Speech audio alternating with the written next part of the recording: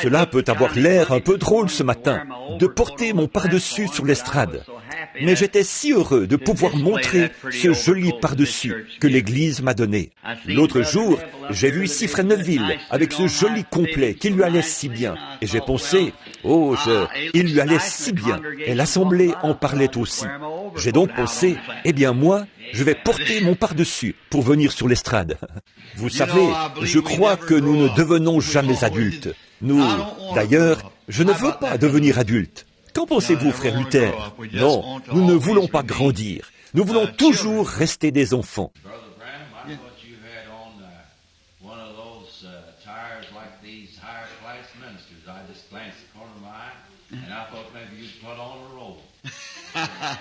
C'était le vieux pour ce beau pardessus. Je dois dire que que j'en avais vraiment besoin. Et c'est le meilleur que j'ai jamais eu. Et je l'apprécie vraiment beaucoup. Frère Roy Robertson, je ne sais pas s'il est ici ou non ce matin, mais il a eu quelque chose à dire quant au choix de ce pardessus. Il a vraiment fait un bon choix. Et nous sommes très, très contents de l'avoir. Ainsi, nous sommes très heureux d'être de retour dans la maison du Dieu vivant ce matin et de profiter de ces merveilleux moments de communion fraternelle autour de sa précieuse parole. Le Seigneur voulant, je devrais bientôt partir outre-mer. Vous avez dû voir dans La Voix, le journal des hommes d'affaires, que je vais partir outre-mer le mois prochain.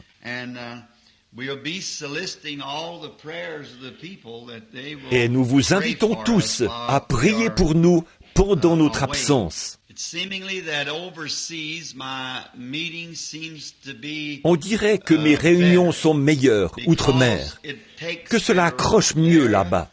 En Amérique, je disais à frère Mercier que j'ai écouté, d'abord, il m'a donné un tourne-disque, et puis, sur celui-ci, il y avait des disques de certains de mes sermons. C'est là que j'ai réalisé que si jamais quelqu'un m'écoutait, cela résulterait de la grâce de Dieu à leur égard, car je me suis dit que j'aurais quand même pu faire un peu mieux. Oh, et voici qu'il enregistre aussi ça, un petit... Vous pouvez bien couper cette partie, voyez-vous. Il a tourné son pouce contre le bas.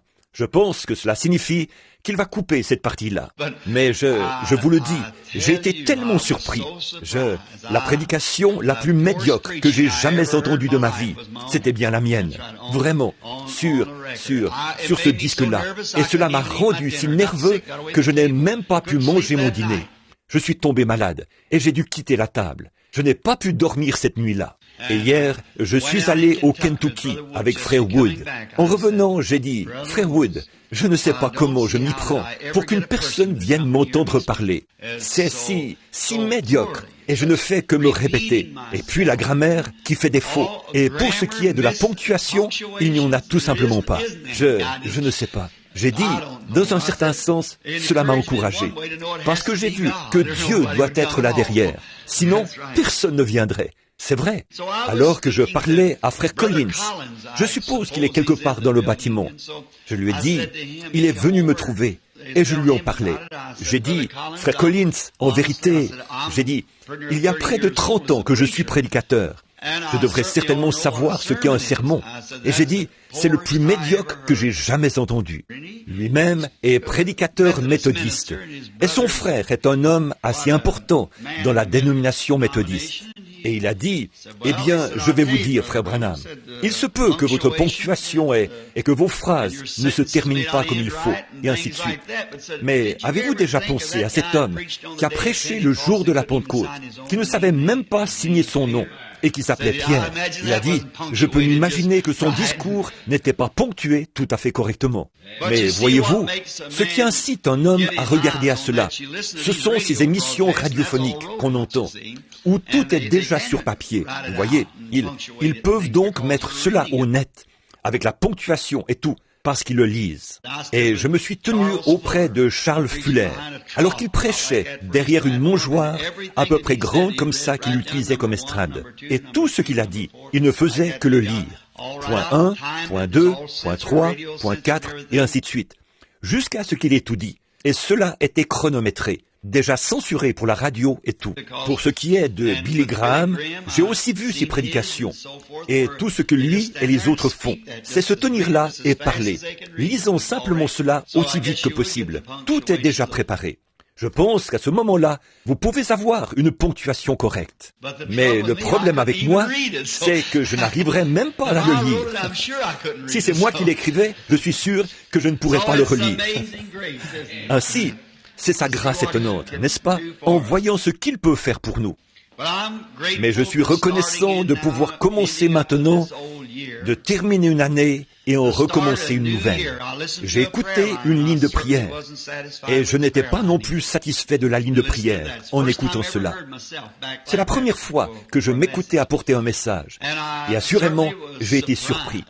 La ligne de prière ne va pas comme il faut. Et je pense qu'il viendra un temps où il faudra que les gens sachent tout en ce qui les concerne avant qu'ils croient. Dès le premier de l'an, je veux donc changer cela. Je commencerai simplement la ligne de prière. Et lorsque le Seigneur me parlera au sujet de quelqu'un, me disant que telle personne est en dehors de la ligne ou que quelque chose ne va pas, c'est sur cette personne-là que je m'arrêterai. Les autres passeront sans s'arrêter. Autrement, on ne peut pas en faire passer suffisamment, voyez-vous. Les gens connaissent leur état, ils savent qui ils sont et ce qu'ils ont fait.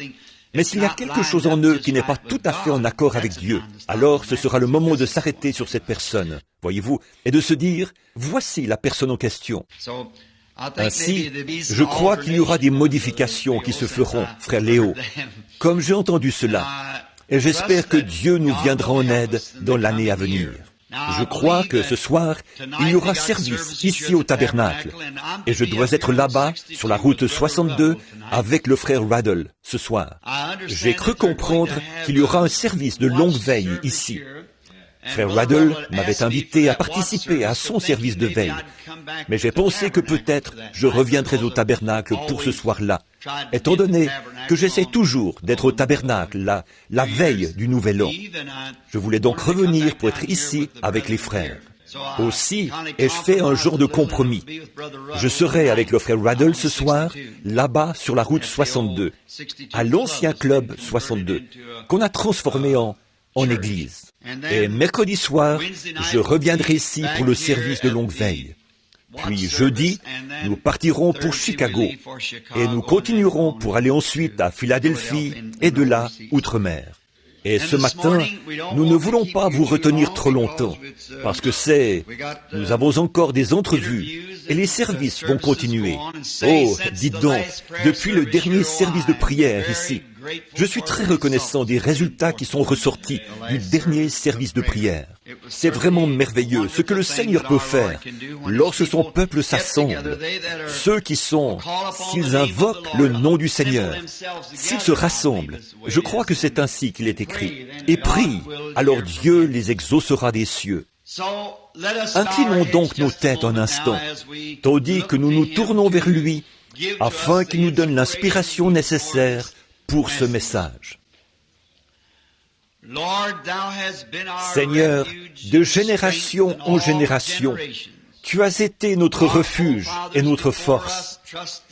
Nos ancêtres, avons-nous, se confié en toi, et ils n'étaient point confus. Ils ont cru en ton saint nom, et ils parurent comme des lumières brillantes. Et nous considérons leur vie, parce que, comme le poète l'a dit, elles laissent des empreintes sur les sables du temps. Nos départs laissent derrière nous des empreintes de pas sur les sables du temps. Alors nous voyons que ceux qui se sont confiés en toi, à coup sûr, s'en sont bien sortis. Quoiqu'ils aient traversé bien des eaux profondes et de grandes épreuves et des persécutions, malgré tout, tu finissais toujours par les en faire sortir plus que vainqueurs, parce que c'est ce que ta parole promise a dit que tu ferais. Et notre prière aujourd'hui, c'est que tu veuilles bien bénir cette petite église, bénir son pasteur, notre brave frère Neville, ainsi que sa famille. Nous te demandons d'être avec lui au cours de cette nouvelle année, de l'oindre d'une façon plus grande encore, et de le bénir à tous égards. Accorde une pleine santé à sa famille, aux tout petits qui grandissent. Garde Fresneville robuste et en bonne santé. Bénis également cette Église et chacun de ses membres. Le conseil d'administration, combien nous les aimons. Ce sont vraiment de vaillants hommes de Dieu. Et le conseil des diacres, eux aussi sont des vaillants serviteurs. Et tous les gens qui viennent ici, nous sommes reconnaissants pour eux, Seigneur. Cela réchauffe le cœur de voir que ce petit étang et ce petit carré de mauvaises herbes qui se trouvaient là, au coin de la rue, il y a bien des années, ont été transformés en un phare pour le royaume de Dieu. Et je prie, ô Dieu, qu'il reste debout jusqu'à ce que Jésus revienne. Puissent beaucoup de nobles âmes qui se sont trouvées ici, Seigneur, apparaître en ce jour-là, lavés dans le sang de l'agneau. Accorde-le. Et Seigneur, comme nous ouvrons ta parole bénie ce matin, et que nous en tournons les pages pour y lire un texte, nous savons que toi seul peux en donner le contexte. Nous te prions donc, ô Dieu, d'oindre ta parole. Puisse-t-elle aller directement dans le cœur des gens et leur faire du bien. Fais que les incroyants deviennent des croyants. Fortifie les chrétiens et guéris les malades. Donne du courage aux découragés et reçois-en la gloire. Afin que cela puisse s'accomplir, Seigneur, circoncis les lèvres qui parleront et les oreilles qui écouteront, car nous le demandons au nom de Jésus. Amen.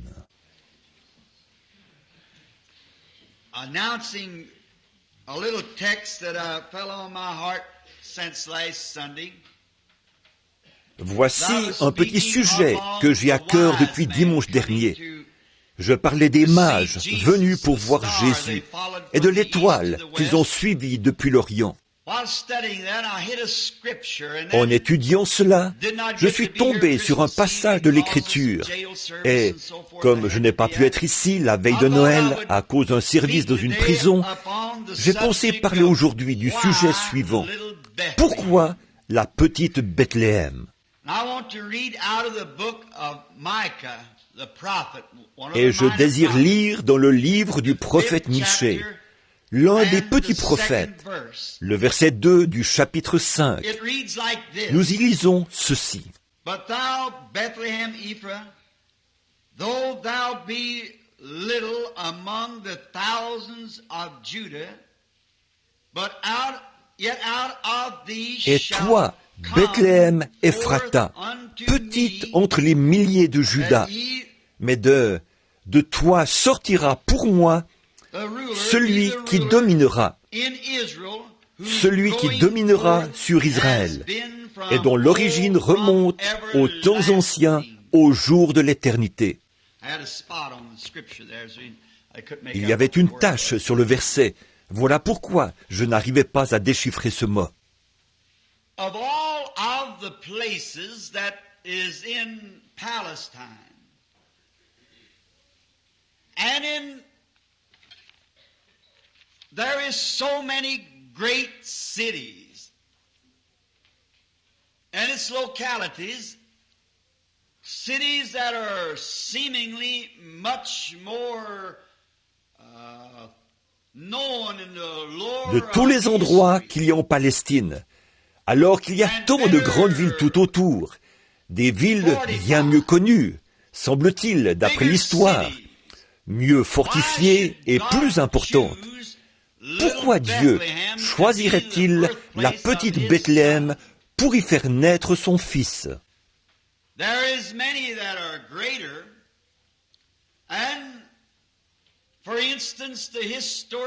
Beaucoup sont plus importantes.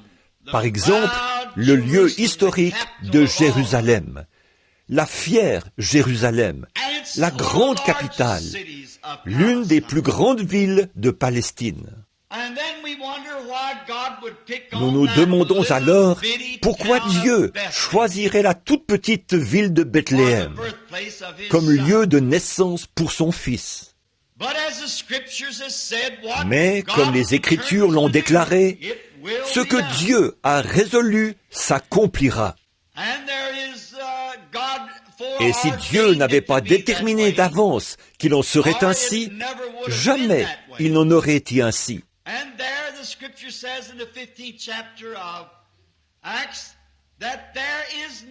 Et l'Écriture dit aussi, au chapitre 15 des Actes, que rien n'arrive par hasard. Dieu savait tout. Ce n'est pas simplement arrivé comme cela, par hasard. C'est que Dieu l'a fait arriver ainsi. Et puis, nous, avec notre petite intelligence limitée, nous nous mettons à réfléchir. Pourquoi le grand roi du ciel choisirait-il un petit endroit comme celui-là, au lieu de la capitale? Au lieu de... Il y avait même bien des endroits dont le passé spirituel était supérieur à celui de Bethléem.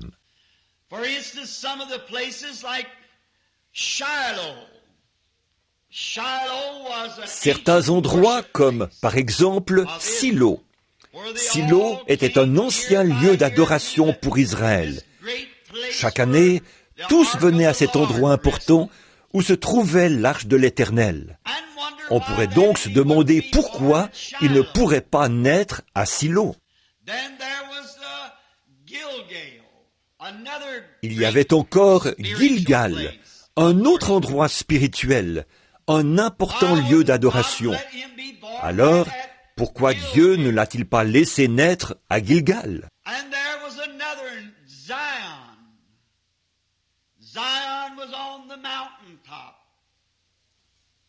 Il y en avait un autre appelé Sion. Sion, sur le sommet de la montagne.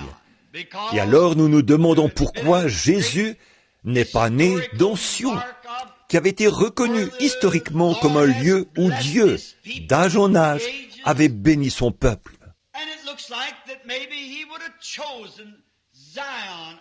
Il semble qu'il aurait peut-être pu choisir Sion, ou Gilgal, ou Silo, ou bien un des autres endroits illustres où il y avait eu de grandes bénédictions et de grands enseignements. Et il y avait d'autres villes célèbres, comme par exemple Hébron. C'était l'endroit où pouvait aller l'homme qui cherchait une ville de refuge, un lieu sûr. Ramoth, en Galade, était un autre de ces endroits de refuge, où les gens pouvaient venir, ce qui en faisait un endroit fort approprié comme lieu de sa naissance. Et peut-être que, si moi j'y avais réfléchi, je l'aurais amené à Kadès Barnéa, car là se trouvait le siège du jugement, de même qu'un endroit de refuge. Peut-être l'aurais-je amené dans cette région-là, pour qu'elle lui serve de lieu de naissance, ou peut-être aurions-nous choisi l'une ou l'autre des autres villes. Mais vous savez, je suis si content que dans la Bible, même les tout petits détails ont une grande importance. Je crois que c'est Jésus qui a dit ceci. Vous négligez, ou plutôt, vous faites ce qui est plus important dans la loi, mais vous négligez les petites choses. Or, ce sont parfois les petites choses qui tiennent les grandes choses ensemble.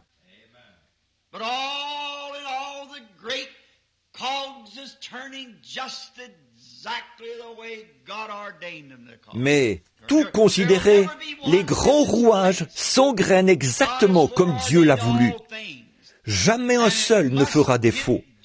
Dieu a prédestiné toutes choses et tout doit se placer exactement comme prévu. Alors, quand notre foi en arrive là et que nous nous mettons à penser, qui donc est derrière tout cela? Quel est le ressort principal qui fait tourner cette grande économie de Dieu? Nous découvrons que c'est le Saint-Esprit. Il n'a pas été remis entre les mains de l'homme de faire les choses, mais entre les mains du Saint-Esprit. Il est le ressort principal.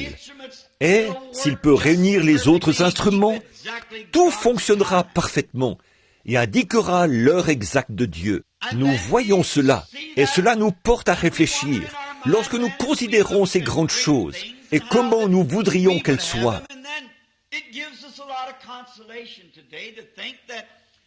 Il est alors vraiment réconfortant aujourd'hui de penser que même si nous sommes un petit groupe de gens, même si nous sommes insignifiants aux yeux du monde et des plus grandes églises dénominationnelles, parfois Dieu utilise ces petites choses simples malgré tout. Car il est aussi écrit dans les Écritures, « Ne crains point, petit troupeau, car votre Père a trouvé bon de vous donner le royaume. » Quel réconfort pour moi de savoir qu'aussi sûr que Jésus devait naître dans la petite Bethléem, de même ce petit troupeau sera celui à qui le Père donnera le royaume, parce que c'est écrit.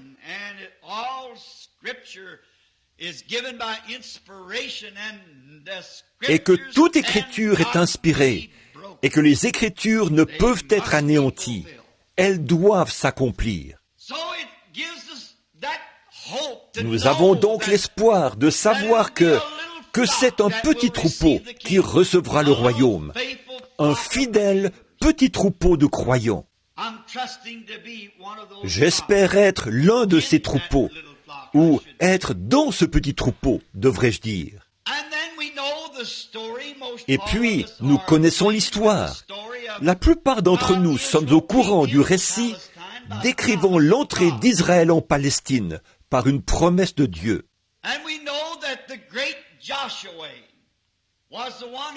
Nous savons que le grand Josué fut celui qui assigna à chaque tribu sa part. Et alors, certainement que si nous avions le temps de rester sur ce sujet d'ici à 6 heures ce soir, et d'examiner ces choses dans l'ordre pour en faire ressortir toute la signification. Mais cela ne nous est pas possible, car nous n'avons que 30 ou 40 minutes. Nous ne pourrons donc toucher que les points principaux, espérant que le Saint-Esprit placera, pour vous qui lisez la Bible, le reste dans votre cœur au fur et à mesure que nous avançons. Saviez-vous que ces portions, telles que Josué les a assignées, là en Palestine, ont été données par inspiration? Et les mères israélites de ces patriarches, lorsque le bébé était en train de sortir, qu'elles étaient là dans les douleurs, en train d'accoucher de leur enfant, elles ont prononcé l'endroit précis où ces patriarches s'établiraient et se trouveraient dans les derniers jours. Vous parlez d'inspiration. Cette Bible est inspirée. Peu importe combien petit, chaque petit passage de l'Écriture a une place tellement importante dans la grande image.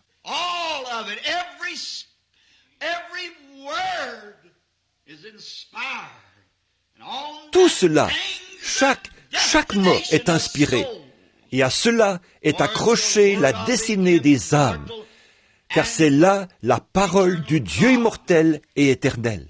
Et même ces mères, à la naissance de leur bébé, lorsqu'elles firent entendre leur voix, elles les placèrent là, dans la position qu'ils devaient avoir dans la terre promise des centaines d'années plus tard.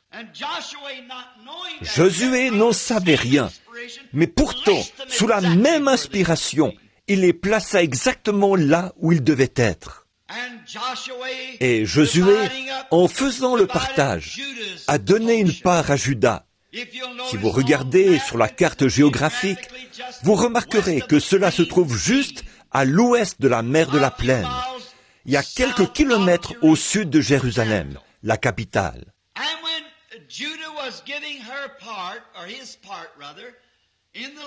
Et lorsque Juda a reçu sa part dans le pays, nous pourrions l'appeler sa province.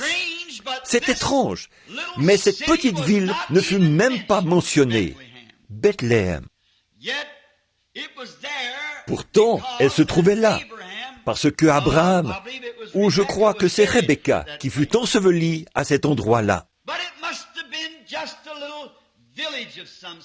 Mais cela ne devait être qu'un tout petit village, parce que, si vous lisez dans Josué 5, vous verrez qu'il y avait 115 villes principales qui appartenaient à Juda, sans compter les villages et les toutes petites villes. 115 villes sont mentionnées.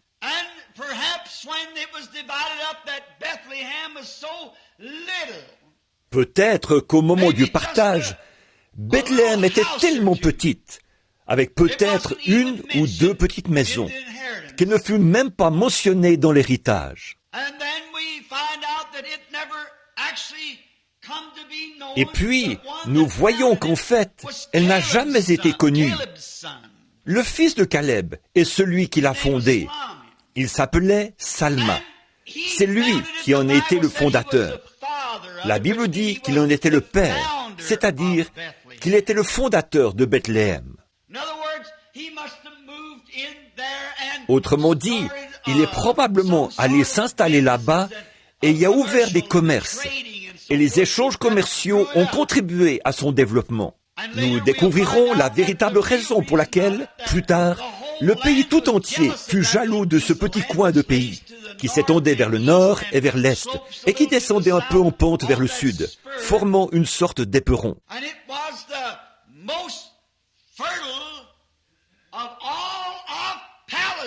C'était l'endroit le plus fertile de toute la Palestine. C'était une zone de culture pour les céréales et le blé. Il y avait de grandes plantations d'oliviers et d'autres choses dans cette partie de Bethléem, ou plutôt de la Palestine, là au bout de la province de Juda.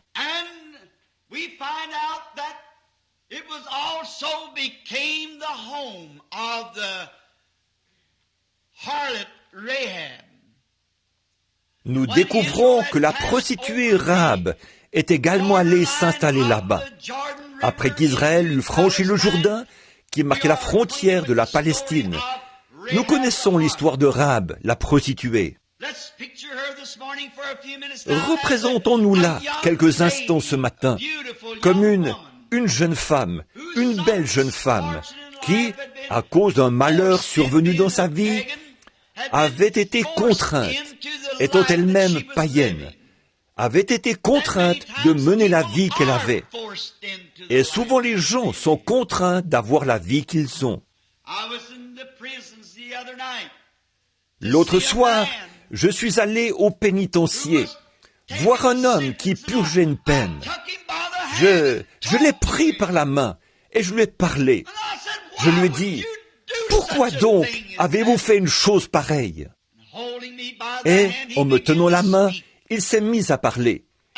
Il avait été contraint à faire ce qu'il avait fait. Et alors, je lui ai dit, « C'est que vous avez laissé cette chose vous contraindre à faire cela. Vous n'êtes pas obligé de faire cela. Aucun homme n'est forcé de boire. » J'ai dit, « Je suis moi-même nerveux, mais il n'est pas nécessaire d'avoir cela. » Et cette jeune femme, dès qu'elle eut entendu parler d'Israël pour la première fois, et de ce Dieu qui était un Dieu qui exauce les prières, pas simplement un Dieu qu'on prie, mais un Dieu qui répond ensuite. Lorsqu'elle a entendu parler d'un Dieu qui accomplissait des miracles, qui pouvait faire des miracles, qui avait asséché la mer et fait pleuvoir du pain du ciel, alors son cœur s'est mis à trembler. Et alors, lorsqu'elle a entendu son premier message de la bouche de 2 prédicateurs qui s'étaient rendus là, rapidement, elle l'a accepté de tout son cœur. Et un fil cramoisi fut attaché à sa fenêtre pour servir de protection à sa maison, parce qu'elle avait reçu le message. Je pourrais ajouter quelque chose ici. Saviez-vous qu'elle était un type de l'Église des Nations? Elle faisait partie des nations, et elle était un type de l'Église des Nations. Quand nous avons entendu le message, nous menions tous une vie de prostitution spirituelle, commettant de la fornication spirituelle contre le Dieu du ciel, dans toutes sortes de choses, toutes sortes de dénominations et de religions. Mais lorsque nous avons entendu dire qu'il y avait un Dieu qui vivait toujours et qui pouvait accomplir des miracles, rapidement, nous avons reçu le message. Et c'est à ce moment-là qu'a été appliqué le sang du Seigneur Jésus, ce que représentait le cordon de fil cramoisi. Et sans aller trop dans le détail, vous savez qu'elle l'a suspendu à sa fenêtre, à la vue de tous. Le sang était exposé publiquement. C'est ainsi que le sang doit être exposé, publiquement, suspendu au mur extérieur, pour montrer que quelque chose s'est passé à l'intérieur. Il en est de même pour le véritable croyant en Christ ce matin. À l'extérieur se trouve, bien en vue, le sang du Seigneur Jésus, ce qui démontre que quelque chose s'est passé à l'intérieur. Et de ce fait, quand la colère a été déversée et que les trompettes ont commencé à sonner, Dieu a regardé d'en haut et a vu ce cordon de fil cramoisi, suspendu là en commémoration. Il s'est toujours plu à passer par-dessus le sang. Lorsque je verrai le sang, je passerai par-dessus vous. Il l'a vu.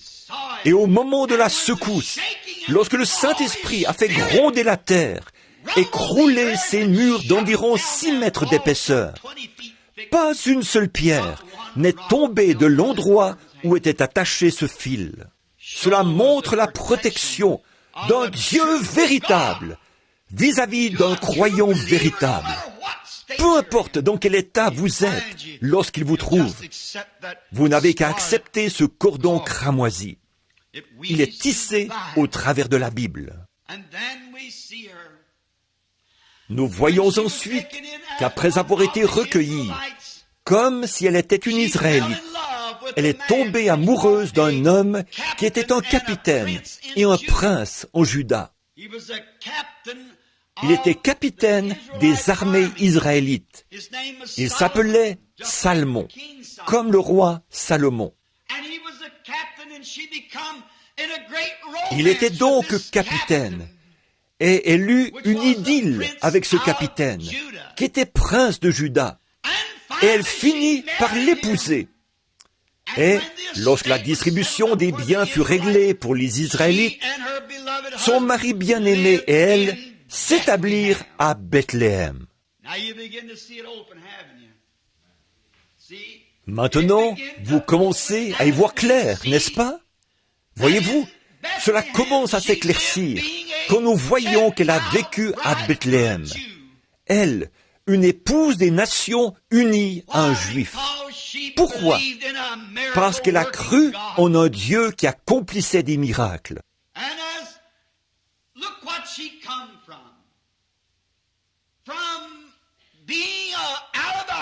Regardez d'où elle est sortie, d'une maison malfamée, d'une maison de prostitution. Par sa conversion et par sa foi immuable en Dieu, elle est passée d'une maison de prostituées à une belle maison à Bethléem. Quelle différence! C'est ce qui se passe pour chacun d'entre nous.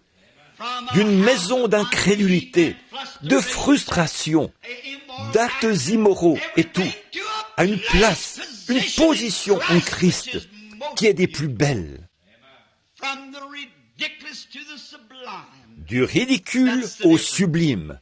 Voilà la différence que cela fait grâce à notre conversion. Et avez-vous remarqué qu'elle a épousé un prince de la maison de Juda, un capitaine? Ce capitaine représentait Christ, qui s'est choisi une épouse parmi les nations, passant de la place la plus basse à la principale et à la meilleure du pays. Nous démontrerons un peu plus loin au cours de notre message qu'il en a été ainsi et qu'il ne pouvait pas en être autrement. C'était là un type de l'Église des nations. Et nous voyons qu'ils ont eu une jolie maison à Bethléem, étant donné que Salmon l'avait fondée et qu'elle allait devenir un endroit important avec ses bonnes terres fertiles.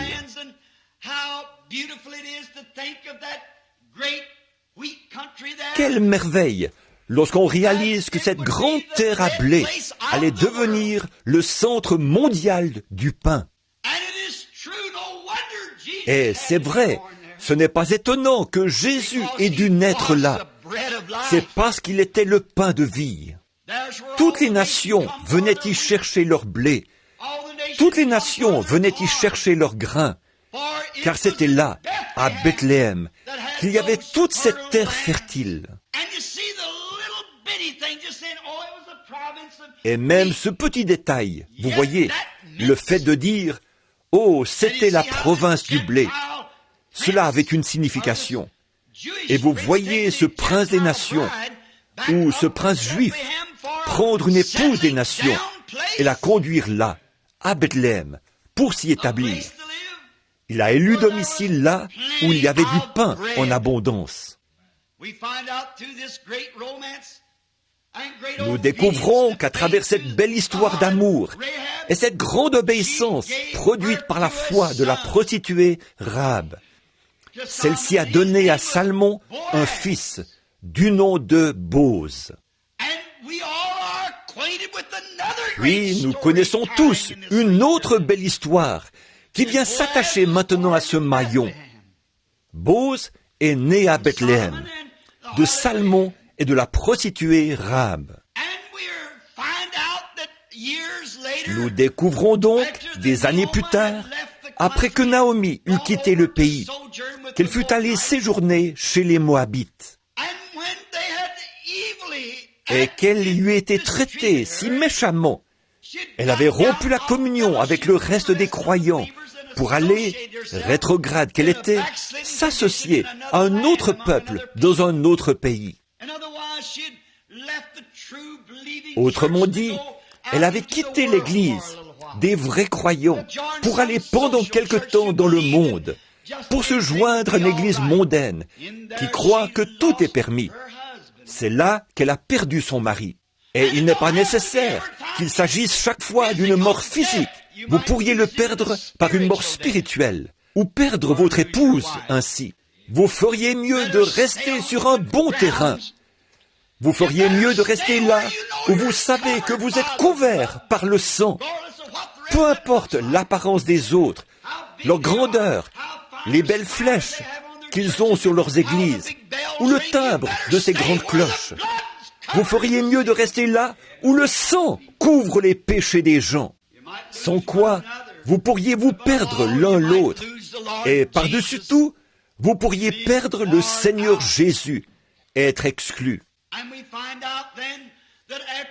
Nous voyons ensuite qu'après que ses fils s'en furent allés, elle les avait perdus tous les deux.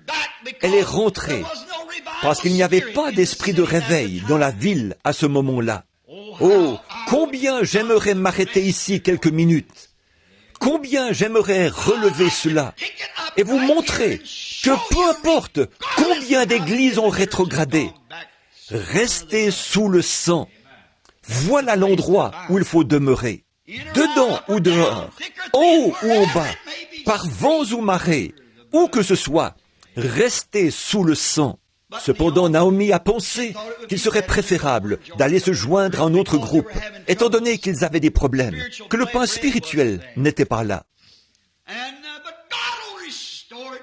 Mais Dieu le redonnera. Je redonnerai, dit l'Éternel. Restez dans le champ d'où il provient.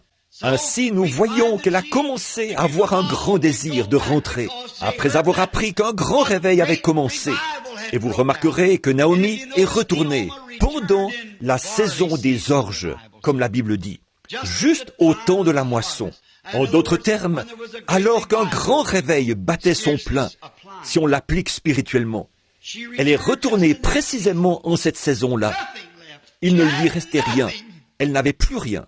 Et Orpa, l'épouse de l'un de ses fils, s'est mise à considérer tout ce qu'elle devrait sacrifier. Elle représentait l'Église moderne. Si je vais là-bas, je devrais me séparer de mes danses. Je devrais abandonner mes moments de plaisir et mes réunions mondaines. Alors elle pleura, embrassa sa belle-mère et s'en retourna. Mais voici une belle image. Il y en avait une autre avec elle, du nom de Ruth, une autre belle-fille, qui était encore un type de l'épouse des nations. Elle embrassa sa belle-mère et dit « Je vais tout abandonner. je pars avec toi. Que ton peuple soit mon peuple. Que ton Dieu soit mon Dieu. Où tu mourras, je mourrai. Où tu seras enseveli, je serai enseveli. C'est cela. C'est ce que Dieu veut. Non pas aller jusqu'à la frontière, faire la moitié du chemin. Il doit s'agir d'un abandon absolu et total au royaume de Dieu. Elle l'embrassa. Et Naomi, pour la décourager, lui dit, « Tu ferais mieux de retourner vers ton peuple. Je suis âgée et il n'y a plus de fils en moi. » La loi déclarait qu'elle devait attendre un fils. Elle dit, « Mais il n'y en a plus en moi. Et même si j'avais un mari et que j'ai ensuite un fils, tu serais alors trop âgé pour l'épouser. Donc retourne vers ton peuple. » Mais Ruth dit, « Je ne retournerai pas. » Une foi enracinée, fondée, une foi parfaite était entrée dans le cœur de Ruth. Elle dit, « Je vais avec toi. » Et elle s'attacha à elle. Elle se cramponna à elle. « Je serai là où toi tu seras. » J'aime cela. Nous connaissons la suite de l'histoire. Nous savons que ce grand Bose, qui était le maître de la moisson, s'occupait de la moisson à ce moment-là, et qu'il était un parent de Naomi. Et lorsqu'elle trouvait Ruth, là, dans la petite mission, en train de glaner, chaque petit brin de paille qu'elle pouvait trouver, et qui avait encore des grains, elle le gardait, car pour elle, c'était la vie. Bose, étant le maître de la moisson, ordonna à ses moissonneurs d'en laisser tomber une poignée pour elle de temps en temps, ce qu'elle ramassa avec joie.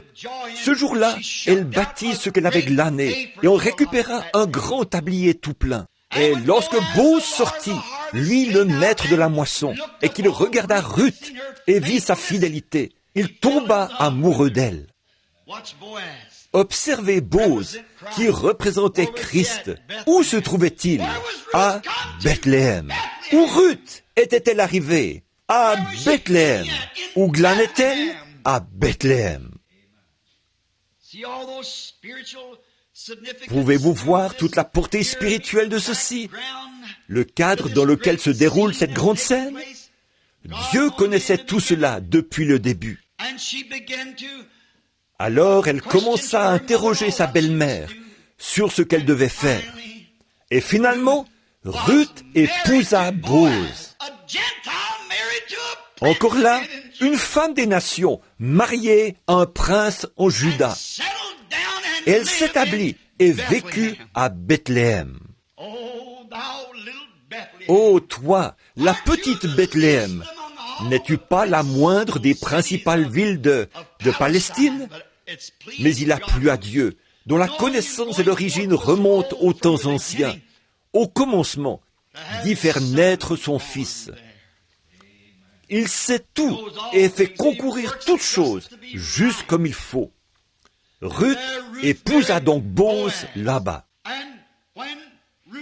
Et lorsque Ruth et Bose se sont mariés, si nous avions le temps de nous attarder sur cette belle histoire, l'une des plus belles scènes d'amour de tous les âges, lorsque Ruth et Bose se sont mariés. Et vous rappelez-vous? Oh, arrêtons-nous juste une minute ici. C'est simplement trop bon pour laisser passer cela. Ruth était une femme des nations. Elle n'avait pas d'héritage avec les Juifs, tout comme nous, des nations, n'avions pas d'héritage. Naomi était donc celle qui, en fait, devait hériter. Mais puisqu'elle avait perdu tout ce qu'elle avait au début, que tous ses biens avaient été vendus aux enchères publiques, elle avait donc été excommuniée et elle était partie. Alors, lorsqu'elle est revenue, il n'y avait qu'une personne qui pouvait racheter son héritage perdu. C'était le parent le plus proche d'elle. Bose savait cela. Il devait donc trouver un moyen de s'approprier cette jeune fille des nations pour en faire son épouse. Et que lui a-t-il fallu faire? Il lui a fallu acheter tous les biens de Naomi afin d'obtenir Ruth, car celle-ci faisait partie des biens de Naomi.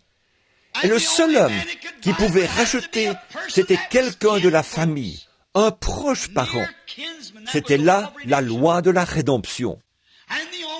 Et le seul moyen pour Christ de racheter la possession d'Israël rétrograde, c'était d'en devenir un parent. Et la seule façon pour Dieu de racheter la race humaine, c'était que Dieu lui-même devienne chair. Et Jésus était Dieu qui s'est fait parent de la race humaine. Il était Emmanuel. Il est devenu parent. Il a pris sur lui, non pas la forme d'un ange, mais la forme d'un serviteur, qui a lavé les pieds et vécu. Et les renards avaient des tanières, les oiseaux du ciel avaient des nids, mais lui n'avait même pas un endroit où reposer sa tête. Il a mangé, il a bu, il a pleuré, il a ri, tout comme les autres hommes. Et il était Dieu, non pas un prophète, il était Dieu. Mais il devait être parent, afin de racheter la race humaine perdue. Voici donc Bose, dans ce grand type, à Bethléem. Et regardez où ce parent est né, ce parent de la race humaine. Il devait en être ainsi. Et alors, lorsque ce noble Bose l'a racheté, il a dû témoigner publiquement du fait qu'il avait racheté tous les biens qu'elle avait perdus. Il est donc allé à la porte de Bethléem, de nouveau cette petite ville, et il a appelé les anciens de la ville, et il leur a fait savoir qu'en ce jour, il avait racheté tout ce que Naomi avait perdu. Tout ce qu'elle avait perdu, il l'avait racheté. Et il a ôté son soulier et l'a jeté en l'air devant les gens comme signe. Et si quelqu'un a une raison de dire quoi que ce soit, qu'il parle maintenant. Car ceci est un acte commémoratif, que j'ai racheté tout ce qu'elle avait perdu. Oh, béni soit le nom du Seigneur. Et lorsque notre parent est venu, Jésus de Nazareth, né à Bethléem, il s'est tenu au sommet du mont Golgotha, et il l'a élevé entre ciel et terre, pour servir de symbole commémoratif, montrant qu'il avait racheté tout ce que la race humaine avait perdu dans la chute.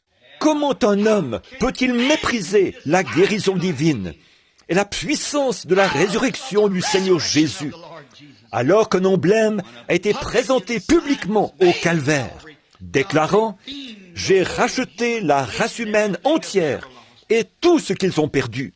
Il a racheté nos âmes, il a racheté nos corps, il a racheté tout ce que nous avions perdu dans la chute. Notre parent rédempteur est venu, s'est fait chair et a habité parmi nous. Il a présenté l'emblème et il a dit « C'est accompli ». Qu'est-ce qui est accompli? Tout est accompli. Nous sommes simplement en train d'entrer dans notre héritage. Comme les jours passent, nous nous en approchons de plus en plus.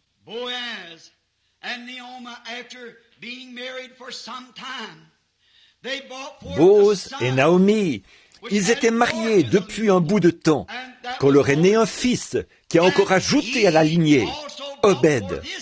Et lui aussi a engendré son fils, lequel s'appelait Isaïe.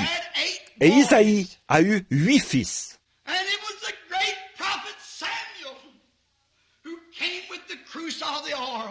Et le grand prophète Samuel est celui qui est venu avec la corne d'huile. Ce grand prophète est allé vers Isaïe et a dit « Dieu a choisi l'un de tes fils pour diriger et servir mon peuple. » Et c'était là derrière, dans les champs, dans un petit enclos où se tiennent les bergers, que l'on fit chercher un petit garçon au teint coloré, maigre d'apparence, David, le plus jeune. Et Samuel a versé sur lui l'huile d'onction, en présence de tous ses frères et de tous ceux qui étaient là, prouvant que Dieu l'avait oint pour roi. Et où était-ce? À Bethléem. Gloire à Dieu dans les lieux très hauts. Ce n'est pas étonnant. À Bethléem, c'est là qu'il a été oint pour roi.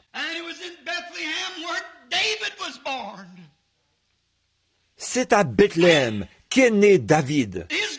Et son plus grand fils, Jésus, devait aussi naître à Bethléem, parce qu'il y avait un lien si étroit entre les deux, son père et son fils.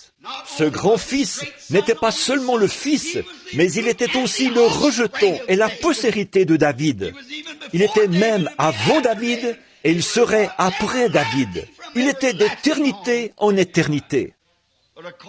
Mais selon la chair et conformément à toutes les choses qui devaient s'accomplir, il était le fils de David.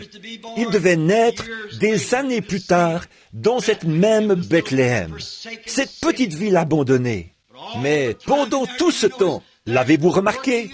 Il y avait là un grand mystère puissant à l'œuvre que personne ne semblait comprendre.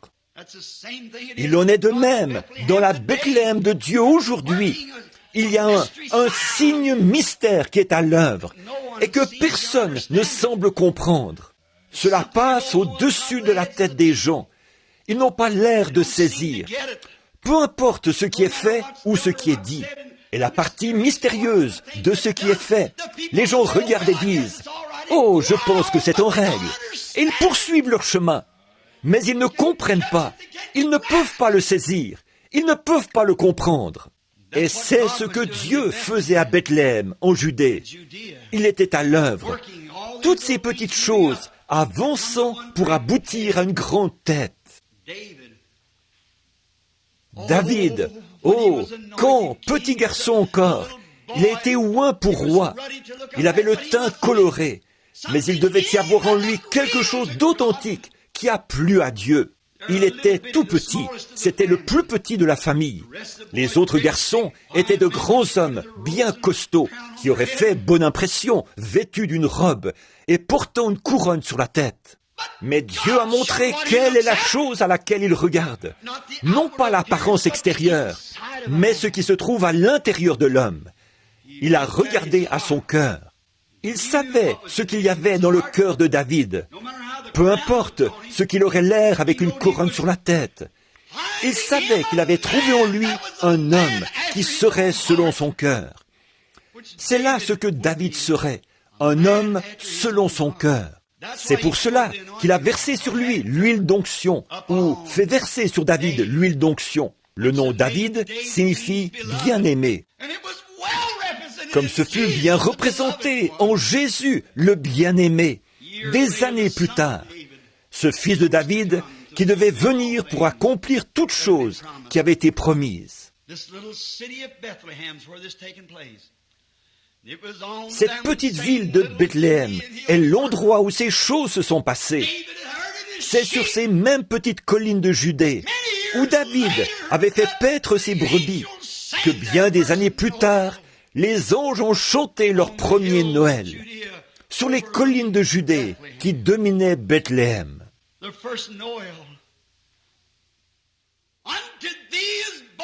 Le premier Noël. Dans la ville de David, il vous est né Christ le Seigneur. Quand, pour la première fois, des anges sont apparus pour chanter, ils ne sont pas venus à Jérusalem, dans la grande église, pas plus qu'ils ne sont venus à Gilgal. Ils ne sont pas venus à Silo non plus, qui avait été tout ce temps-là le lieu du culte religieux dénominationnel. Mais ils sont venus dans la petite Bethléem, où l'Esprit de Dieu avait agi d'une façon mystérieuse et avait produit quelque chose. C'est là qu'ils sont venus.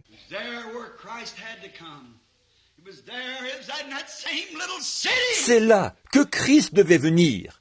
C'est là, dans cette même petite ville, qu'est né un roi, qu'une mère, une vierge, allait enfanter son fils premier-né. Dans sa petite forteresse fut abrité et logé le roi des rois et le seigneur des seigneurs. Non seulement Samuel est venu verser l'huile d'onction, mais Dieu l'a répandue sur lui et sur le monde. Christ, le Seigneur. Les anges ont proclamé sa venue et ont chanté aux bergers qui, sur le flanc de la colline, avaient suivi David le roi bien des années auparavant. Voyez-vous le mystère de Dieu et combien il est grand? Il est né dans cette importante région où l'on cultivait le blé. Or, le blé fait partie des éléments de base pour le maintien de la vie. Et il était le pain de vie. Je suis le pain de vie. Celui qui mange ma chair et boit mon sang a la vie éternelle et ne mourra jamais, ni ne viendra en jugement. Mais il est passé de la mort à la vie. Bethléem, le nom Beth-El, B-E-T-H, Beth. Beth en hébreu signifie maison, et El est l'abréviation d'Élohim. Elohim veut dire Dieu. B-E-T-H, Beth, et El, c'est Elohim, c'est-à-dire Dieu, la maison de Dieu, où est déposé le pain de vie. Et L, H-E-M, terminez ce mot et ramenez votre L avec votre E. Cela signifie une miche de pain en hébreu, L-M. Et L, c'est Dieu, Elohim. B-E-T-H, c'est pain, ou B-E-T-H, c'est maison. Et L, c'est Elohim abrégé. Et alors, E-L-M, c'est pain. Qu'était-il? La maison du pain de Dieu. La maison du pain de Dieu. Maison, Beth, Elohim, Dieu. El-Hem, pain. La maison du pain de Dieu. Voilà la signification de Bethléem. Où aurait-il pu naître ailleurs que là? Pourtant, c'était caché à tous, excepté à ce prophète. Il a dit, c'est de Bethléem qu'il sortira. Il regardait à Jérusalem. Il cherchait dans tous ces grands silos. Il regardait partout. Mais il est venu de Bethléem, parce que c'était la maison du pain de vie de Dieu. Il est le grenier de Dieu pour le monde. Et c'est là qu'il est né, à Bethléem. Il ne pouvait naître nulle part ailleurs. On pourrait relever bien des choses importantes que j'ai notées cette semaine en étudiant les différents aspects spirituels liés au fait qu'il devait naître à Bethléem. Lorsque j'ai touché ces quelques points, le Saint-Esprit m'a saisi. J'ai dit, « Oh Dieu, cela suffit. Je le vois à présent. Il ne pouvait naître nulle part ailleurs qu'à Bethléem. C'était le lieu de provenance du pain pour la nation. Le pain de toute la maison d'Israël provenait de là. Et lui, il était le pain de vie qui est descendu du ciel, la manne spirituelle. Il devait donc venir de Bethléem, l'endroit où on allait faire la queue pour avoir du pain, l'endroit où se trouvait le pain. Bethléem, l'endroit où on faisait le pain.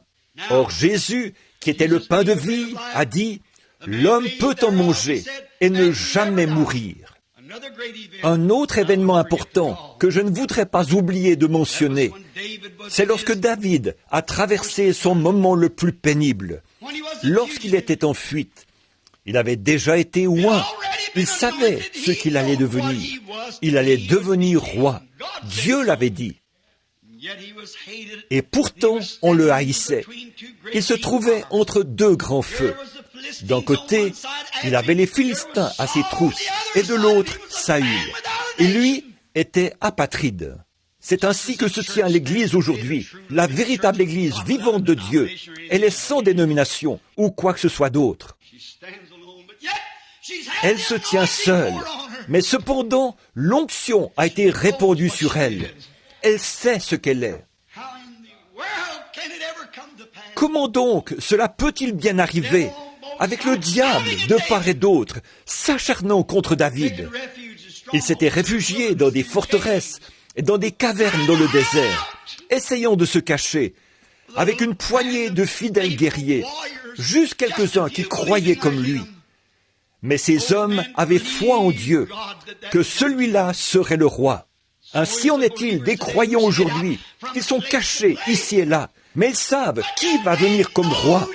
Peu m'importe qui va être président, nous savons qu'il vient.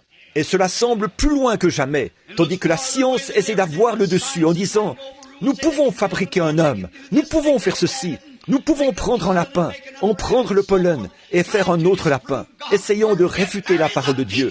Mais il y a un peuple qui croit à Dieu et qui tient ferme plus que jamais. Quoi qu'il advienne, il croit à Dieu. Dieu a raison. Ils tiennent la main immuable de Dieu. Au milieu des combats, au milieu des larmes, au milieu de la maladie, de la mort, au milieu de tout, ils tiennent toujours la main immuable de Dieu. Ils savent qu'il vient bientôt comme roi. Les gens aujourd'hui rient et se moquent d'eux. Ils les traitent d'exaltés. Ils les traitent de tout. Mais ces combattants de Dieu restent fidèlement à leur poste. Vous pouvez bien les appeler un groupe de guérison. Vous pouvez bien les appeler une bande de fanatiques. Ou tout ce que vous voudrez. Ils resteront attachés à ce roi. Ils savent qu'il va accéder au pouvoir, qu'ils prennent son nom en vain, qu'ils se moquent, qu'ils rient, qu'ils appellent les gens qui croient en lui des bannis, le rebut. Cela ne les dérange pas le moins du monde. Ils restent fidèlement à leur poste. Ces combattants qui étaient avec David sont restés là, à ses côtés. Qu'un Philistin, que n'importe qui se présente, il fallait se battre, car on les harcelait de toutes parts. Ce pauvre David, tellement troublé, a pensé, « Mais comment est-ce possible, Seigneur ?» Vous savez, les conducteurs traversent parfois des choses que l'Assemblée ignore totalement. Quand vous pensez à des promesses que Dieu a faites, vous vous demandez pourquoi elles ne s'accomplissent pas. Ils n'en parlent pas à leur congrégation, ils n'en parlent pas aux gens qu'ils côtoient, mais il y a bien des frustrations dans le cœur d'un vrai conducteur. David était assis là, la gorge lui brûlait. C'était au milieu de l'été. Les Philistins tiraient parti de la division entre David et Saül. Saül cherchait David partout. Les Philistins aussi. Et puis les Philistins cherchaient les Israélites. Vous parlez d'un temps de confusion.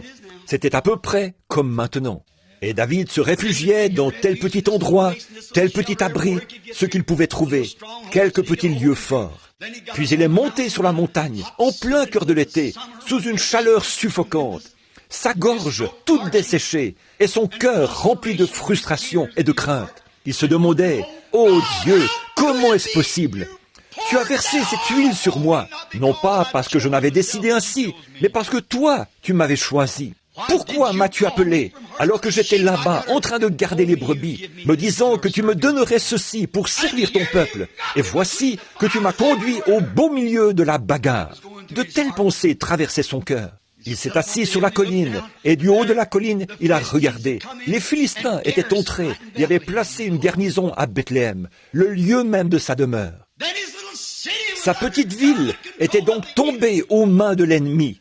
Et avec elle, la maison de son père, la maison d'Isaïe, était en esclavage, sous la coupe des Philistins.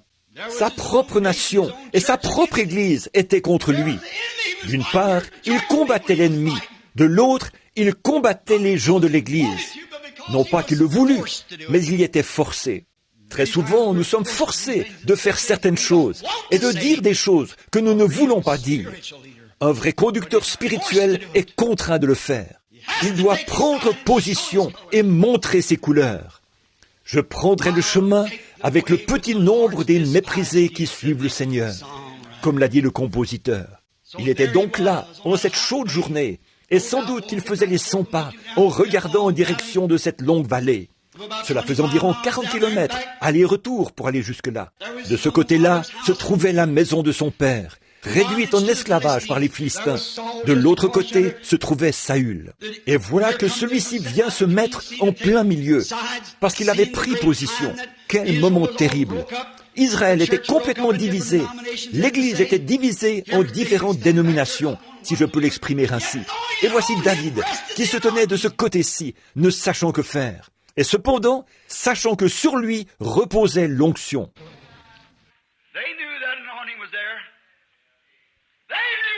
Il savait que l'onction était là. Il savait que David allait être roi. Alléluia! Nous savons qui va être roi. Peu importe qui va être président. Je sais qui va être roi. Il sera roi.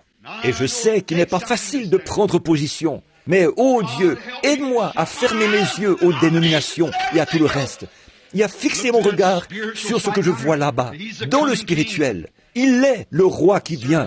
C'est lui que je servirai. S'il me faut mourir, alors laissez-moi mourir.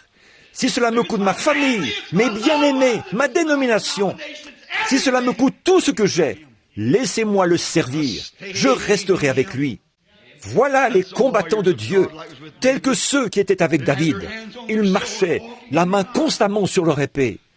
C'est ainsi que les combattants de Dieu marchent. Ils sont prêts. L'ennemi dit, « Il te faut prendre un petit verre si tu veux vivre en société. Je ne toucherai pas à vos choses impures. » Amen. Voilà l'ennemi et voilà le combattant. Mais ne vas-tu pas renoncer à toutes ces balivernes d'exaltés que tu crois? Je crois Dieu, je resterai fidèle. Voilà les combattants. Oh, tu veux dire, mais la guérison divine n'existe pas. C'est ce que tu penses, mais moi, je sais à quoi m'en tenir. Le baptême du Saint-Esprit n'existe pas.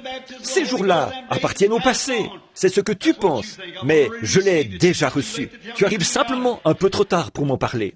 Il savait que l'onction reposait sur ce jeune homme au teint coloré. Il savait qu'il allait être roi. Mais David, dans son esprit, était frustré. Je peux imaginer cela. Observons-le une minute. Il se rend là et s'assoit.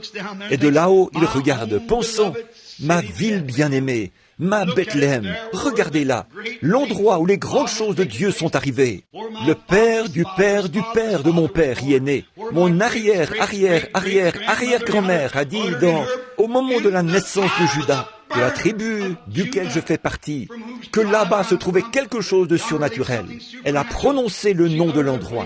Et c'est à cet endroit précis que Josué a placé ce fils. Et à partir de là, toutes ces choses sont arrivées. Cela doit s'accomplir.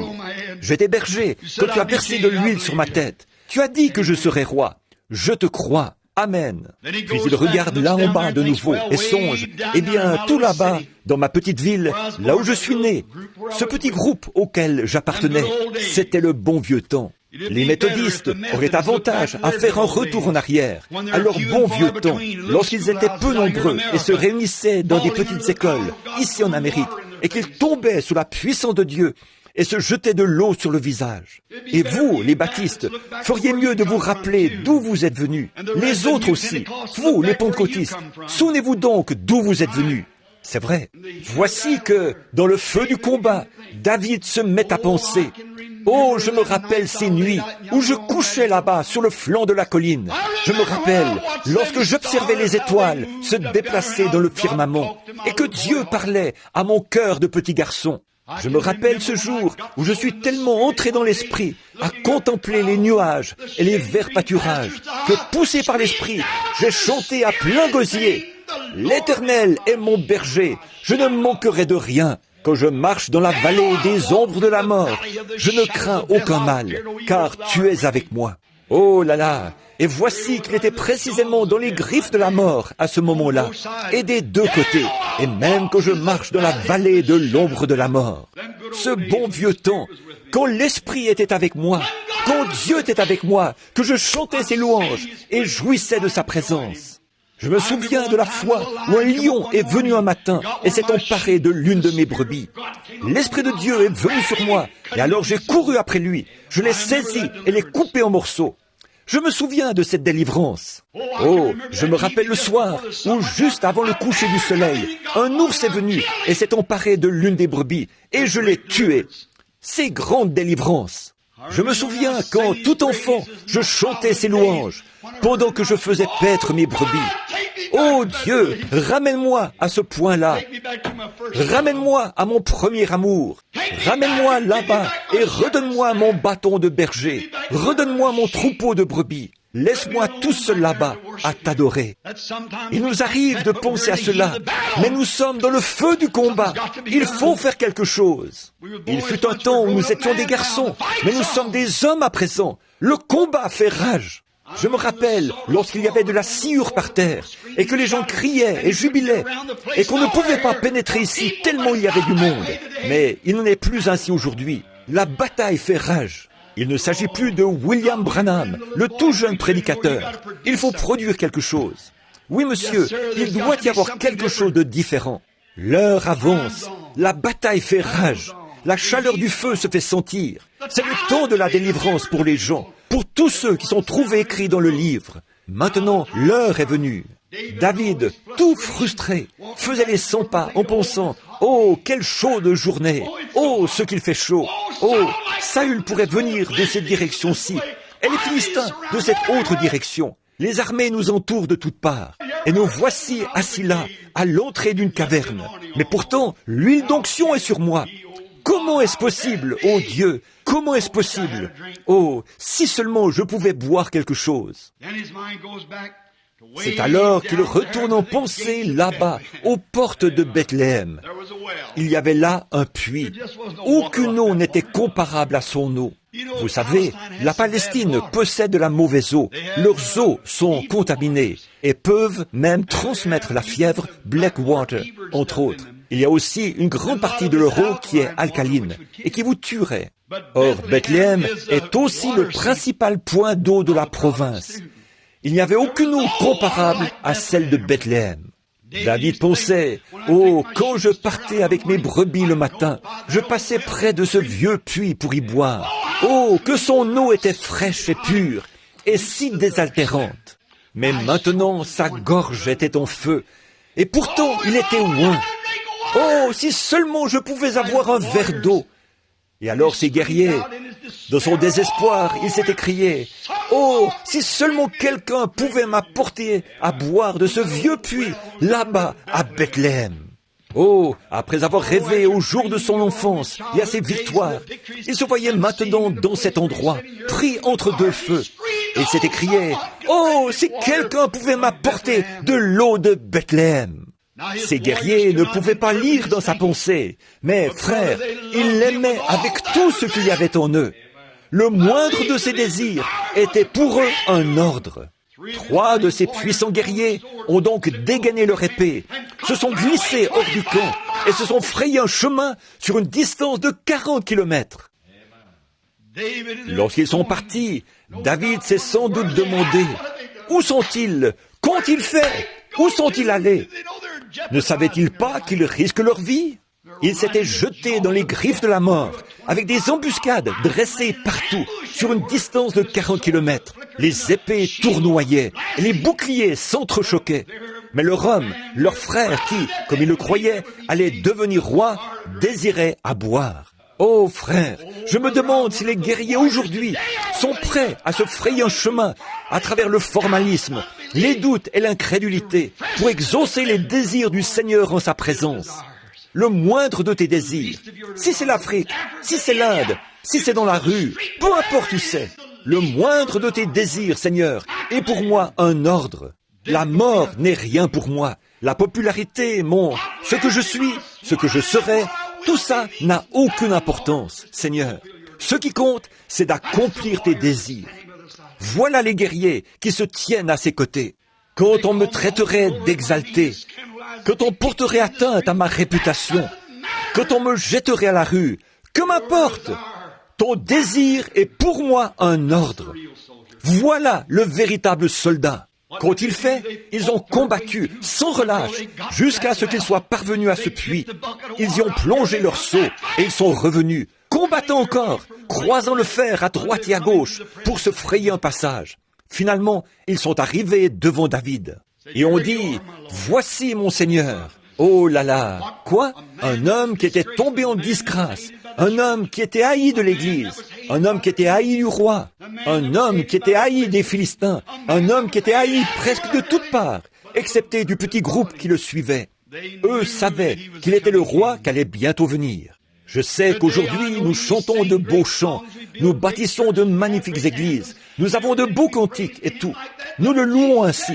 Seulement, Jésus a dit, « Mais votre cœur est éloigné de moi, car vous enseignez des préceptes qui sont des commandements d'hommes. » Que le Saint-Esprit vienne et fasse quelque chose dans l'Église, montrant la présence de Jésus-Christ, et ils vous jetteront dehors. C'est en vain que vous m'honorez. Ils adorent, mais c'est en vain que vous le faites, en enseignant comme doctrine des traditions d'hommes. Mais il y a des combattants qui croient en lui. Il y a des combattants qui se tiennent à ses côtés avec une compréhension spirituelle, comme il y en avait là-bas dans la petite Bethléem. assurément. David a pris ce seau d'eau, l'a regardé, et la Bible dit qu'il l'a répandu par terre. Il a dit, « Seigneur, loin de moi la pensée de boire cela, parce que tes guerriers ont risqué leur vie pour aller là-bas et pour m'apporter cette eau. C'est là le sang des hommes. Je ne peux pas le faire. Et cette eau pure, pour laquelle ils avaient risqué leur vie en franchissant les lignes ennemies et en se rendant là-bas, David l'a répandu par terre comme offrande volontaire au Seigneur. Ce n'était pas un geste mesquin, c'était simplement pour accomplir les Écritures. Parce que, bien que Jésus de Bethléem soit le pain de vie, il est aussi l'eau de la vie, assurément. Qu'a-t-il fait? Il était représenté à la fois en David et en ses guerriers, parce qu'il était le roi, et il était le guerrier qui est venu et s'est frayé un passage à travers les lignes de l'ennemi. Amen. Il a conquis la mort, l'enfer et la tombe. Il a répandu son propre sang, afin que s'accomplisse Jean 3, 16. Car Dieu a tant aimé le monde qu'il a donné son Fils unique, afin que quiconque croit en lui ne périsse point, mais qu'il ait la vie éternelle. Ce n'est pas l'eau qui représentait cela qu'il a donné, mais lui-même était cette eau. Autrement, c'était la mort, pour qu'un peuple qui périssait ait la vie. Comment l'a-t-il fait? Par son propre sang, en le répandant, non pas en le renversant, ce serait un accident, mais il l'a répandu librement au calvaire, après qu'il eut fait une percée à travers toutes les lignes de l'ennemi. Alors, il a répandu son sang avec sa vie, afin qu'il puisse être le grenier pour le monde, et la fontaine remplie de sang, tirée des veines d'Emmanuel. Et les pécheurs plongés sous ce flot perdent toute marque de culpabilité. Voilà pourquoi il est né à Bethléem. Voilà pourquoi il devait y venir. Parce que c'était le centre pour le pain de vie. C'était aussi le centre pour l'eau. Quelle sorte d'eau? Les eaux de la vie. Et en Jésus se trouvait à la fois le pain de vie et les eaux de la vie. Par conséquent, il devait venir et naître à Bethléem. Toi, Bethléem de Judée, n'es-tu pas le moindre de tous les grands princes? Tu n'es qu'un simple petit prédicateur. Tu es simplement un petit. Mais de toi sortira celui qui dominera, et dont l'origine remonte aux temps anciens. Et il existe depuis toujours, et d'éternité en éternité. Voilà pourquoi il est né à Bethléem en Judée. Cela lui a servi de berceau. Et mon frère, l'endroit où il veut avoir son berceau aujourd'hui, c'est dans votre être, dans votre propre cœur, afin qu'il puisse manifester par vous les eaux de la vie, un peuple qui périt, et le pain de vie, un peuple affamé. Il est le pain et l'eau de la vie. Les deux choses essentielles à la subsistance de l'homme sont le pain et l'eau. Sa promesse est certaine. Inclinons nos têtes un instant. And in doing so, I want your undivided attention. Je désire maintenant avoir toute votre attention. Dites-moi ce matin, êtes-vous déjà allé à Bethléem? Si vous n'avez jamais été à Bethléem, on disait aussi Ephrata de Bethléem. Ephrata de Bethléem. Ephrata signifie racine. Cela vient du mot H-E-M-P. Hemp, ce qui signifie racine. Et cet ancien district s'appelait Ephrata, ce qui signifie que c'est le commencement de la vie. Christ a dit, « Si vous demeurez en moi, je suis le cep et vous êtes les sarments. Il est la racine de toute vie. » Si vous n'êtes jamais allé à Bethléem, Ephrata de Bethléem, venez ce matin, recevez-le comme votre sauveur, et il vous pardonnera vos péchés. Voulez-vous lever la main vers lui en disant, « Seigneur Dieu, sois miséricordieux envers moi maintenant, tandis que je viens à Jésus de tout mon cœur. Je viens à ta Bethléem, l'eau est le pain de la vie. Je l'accepte maintenant comme mon sauveur personnel. Que le Seigneur te bénisse, jeune homme, là derrière. Que le Seigneur vous bénisse. Que Dieu te bénisse, petit. Y aurait-il quelqu'un d'autre qui voudrait dire « Je viens maintenant, je ne prends rien avec moi, je me tiens ici assoiffé, la gorge sèche, je me demande où aller pour trouver la vie véritable, je me le demande. Je me suis joint à différentes églises. Que Dieu vous bénisse, sœur. Je me suis joint à des églises. J'ai fait tout ce que je pouvais, frère Branham, mais je ne suis jamais encore entré en contact avec cette vraie source de vie. Je viens maintenant, Seigneur, pour la recevoir. Il est ici pour vous. Voulez-vous simplement lever la main et dire « Me voici, Seigneur. Je suis celui qui se tient ici et qui a un besoin. Que le Seigneur vous bénisse, tandis que nous prions. » Ô Seigneur Dieu, ce petit message entrecoupé, apporté à partir des Écritures, présentant les différents symboles que tu y as placés. Peut-être sont-ils cachés aux yeux des sages et des intelligents pour être révélés aux enfants, lesquels sont disposés à apprendre. Cela montrait la petite Bethléem, la moindre de toutes. Comment le prophète a-t-il dit cela? N'es-tu pas la moindre entre les principales villes? Mais Dieu a trouvé bon de faire sortir de ce petit endroit insignifiant le chef d'Israël. Seigneur Dieu, d'un petit groupe de gens qui sont lavés par le cordon de fil cramoisi du sang du Seigneur Jésus, tu feras sortir à travers ce groupe, Seigneur, quelque part dans ce monde, Christ de nouveau, qui pètera toutes les nations avec une verge de fer. Je te prie, Père divin, d'être miséricordieux envers chacun d'entre nous qui sommes présents maintenant. Et puissions-nous venir à ta Bethléem. Oh, venez tous, fidèles, comme nous l'avons chanté, venez à Bethléem. Seigneur, fais-leur voir qu'il ne s'agit pas de se rendre dans une petite ville là-bas, qu'une foi servait de symbole, mais de se rendre à la réalité. Jésus-Christ, le pain et l'eau de Dieu, de la vie. Et ceux qui ont levé la main, reçois-les dans ton royaume, à l'instant même, Seigneur, car c'est par leur foi qu'ils le reçoivent. C'est par la foi qu'ils ont levé la main. Et c'est par la foi que je crois que tu les reçois. Garde-les, Seigneur, à Bethléem, où ils ne s'égareront jamais et ne s'en iront jamais comme Naomi. Et si les temps deviennent difficiles, puissent-ils ne pas bouger de Bethléem. Bientôt, ça ira mieux. Accorde-le, Seigneur. Et maintenant, je te prie d'être miséricordieux envers ceux qui sont malades et affligés. Il y en a ici, Seigneur, qui ont besoin d'être touchés par ta main guérissante.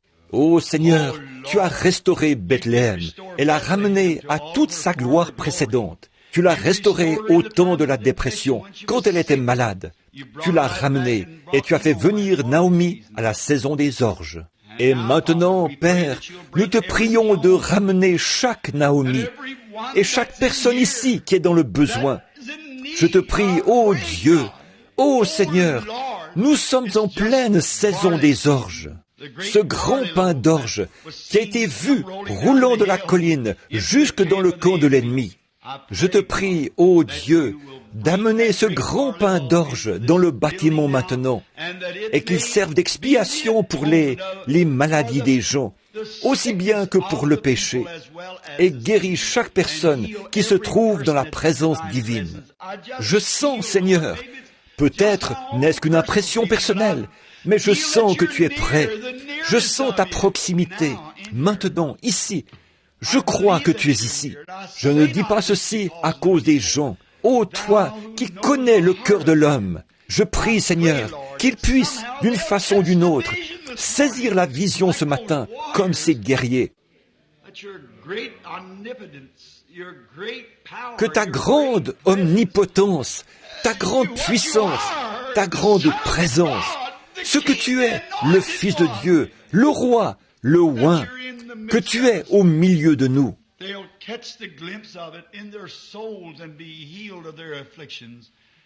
Qu'ils puissent entrevoir cela dans leur âme, être guéris de leurs afflictions. Je prononce cette prière en leur faveur, dans le nom de Jésus-Christ, ton Fils. Amen.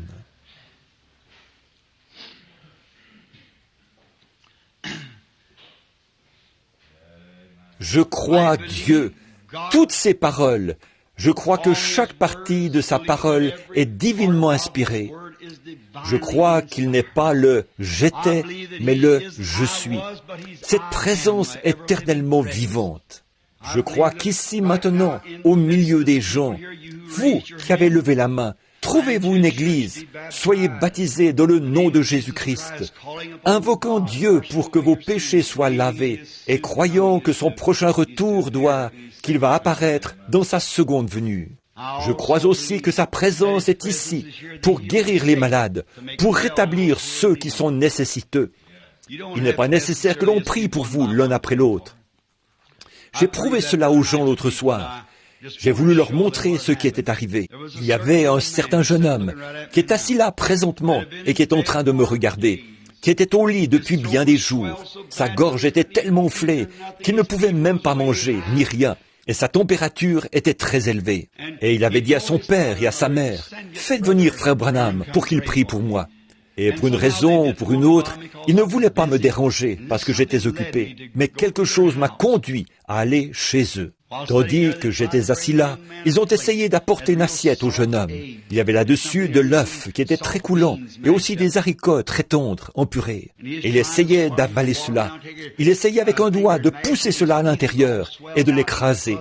Ses gencives étaient tout enflées et laissaient couler du pus. Et il essayait d'écraser cela avec son doigt et de le faire descendre dans son gosier. Il a réussi à prendre une ou deux bouchées et n'a pas pu aller plus loin. Il a repoussé l'assiette. J'étais assis là, je n'ai pas prié, mais il y avait un petit quelque chose. Vous ne pouvez pas dire à tout le monde ce qui se passe. Non. J'ai dit, Seigneur, Seigneur, nous arrivons maintenant à la fin de l'année. Quelque chose de nouveau s'en vient. Permets-moi, Seigneur, est-ce cela? Est-ce cela? Et aussitôt que je me suis mis à dire cela et à dire dans mon cœur, je sais que tu es ici. Le jeune homme a tendu la main et a pris une autre bouchée, puis une autre, puis une autre, puis une autre, et finalement, il a nettoyé toute son assiette. Il a ensuite pris sa voiture et s'en est allé. Oh, il est Dieu. Voyez-vous, sa présence, simplement qu'il soit présent.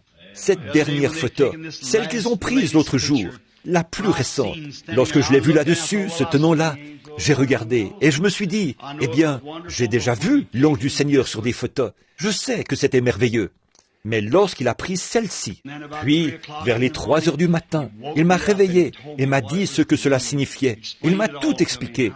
À propos de l'armure et tout, il m'a montré des choses là-dessus que je n'avais jamais vues. Je suis allé chercher la photo, je l'ai regardée, et là, j'ai vu. Je n'avais pas vu ça auparavant. Oh, quel sentiment cela a suscité en moi. Quel réconfort de savoir qu'il est présent. Il est ici, simplement sa présence. Et la présence du Seigneur était là pour guérir les malades. La présence du Seigneur est ici pour guérir les malades. La présence du Seigneur est ici pour amener les pécheurs à reconnaître leur état. La présence du Seigneur est au milieu de son peuple et il est la Bethléem de Dieu, remplie de pain et d'eau. Comme je suis content, pas vous, que nous ayons un endroit où nous pouvons venir pour y manger et vivre pour toujours. Maintenant, que le Seigneur vous bénisse. As-tu quelque chose à dire, frère? Levons-nous un instant. Ce vieux cantique que nous avons l'habitude de chanter en nous séparant. Prends le nom de Jésus avec toi. Combien aime le Seigneur? Levez la main bien haut. Et maintenant que vous les avez levés, baissez-les et serrez la main de quelqu'un près de vous en disant « Que Dieu vous bénisse, pèlerin. Que Dieu vous bénisse. » Très bien, très bien. C'est simplement afin que vous puissiez faire connaissance les uns avec les autres. Très bien. Maintenant, regardons vers le ciel et chantons ce cantique. Prends le nom de Jésus avec toi. Enfant de tristesse et de malheur. Cela te donnera la joie et le réconfort. Prends-le partout où tu vas. Précieux nom, précieux nom. Oh, combien il est doux. Espoir de la terre et joie du ciel. Précieux nom, précieux nom. Oh, combien il est doux. Espoir de la terre et joie du ciel. Maintenant, souvenez-vous